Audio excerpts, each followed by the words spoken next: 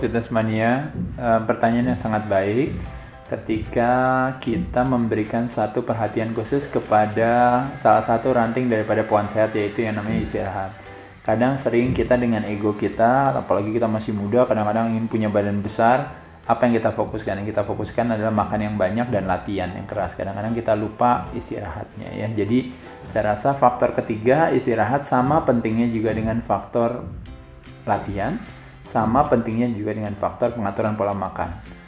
Pada saat latihan, tubuh kita dirangsang, lalu diberikan nutrisi makanan, dan setelah itu diberikan kesempatan buat istirahat, pemulihan. Untuk istirahat dipakai sebagai salah satu strategi untuk supaya kita bisa latihannya lebih optimal lagi. Setelah latihan, diisi lagi makanan yang lebih baik lagi, dikasih istirahat lagi. Jadi faktor istirahat sangat penting. Istirahat yang paling umum, yang aktif tentunya adalah tidur. Kita bisa memperdebatkan tidur berapa lama. Kadang-kadang ada orang yang beranggapan adalah bahwa tidak perlu tidur juga lama-lama, tapi intinya lebih kepada kualitas tidurnya.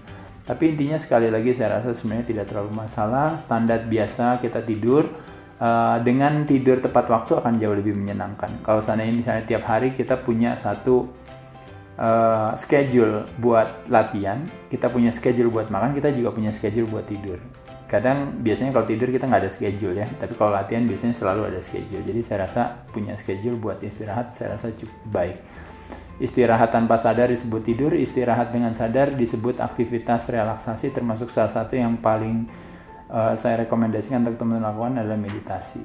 Ya, ketika kita belajar untuk menghargai sebuah keheningan, ya, ketika kita belajar untuk mendengarkan, ketika kita belajar untuk tidak mengidentifikasikan diri kita dengan isi pikiran kita yang kebanyakan adalah negatif, yang kadang-kadang mengajak kita selalu ke depan, yang mengarahkan kita pada rasa takut, atau yang mengajak kita ke belakang, yang mengarahkan kita pada rasa bersalah atau menyesal dan sebagainya. Jadi fokus lebih kepada diam, menikmati apa adanya ya.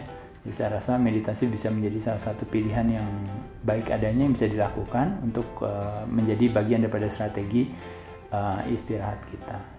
Jadi istirahat salah satu peran yang sangat penting. Ketika istirahatnya cukup, memungkinkan kita untuk latihan lebih optimal lagi.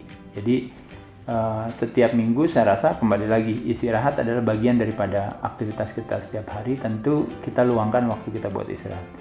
Bisa tidur siang lebih menyenangkan lagi, tapi bagi teman-teman yang mungkin aktivitasnya tinggi dan sebagainya tidak memungkinkan, tapi ketika kita bisa meluangkan waktu buat istirahat di siang hari, itu memberikan kita satu kesempatan bagi kita untuk bisa optimal lagi. Karena kadang-kadang sebuah hari, kadang-kadang optimal adalah di pagi sampai siang. Nah setelah siang ke sore, kadang-kadang kita bisa mengoptimalisasi dengan kita mendapatkan satu recovery atau istirahat di antaranya. Bayangkan ketika kita istirahat di siang hari, dari siang ke sore kita bisa jadikan sesuatu yang lebih produktif lagi karena tenaga kita lebih besar.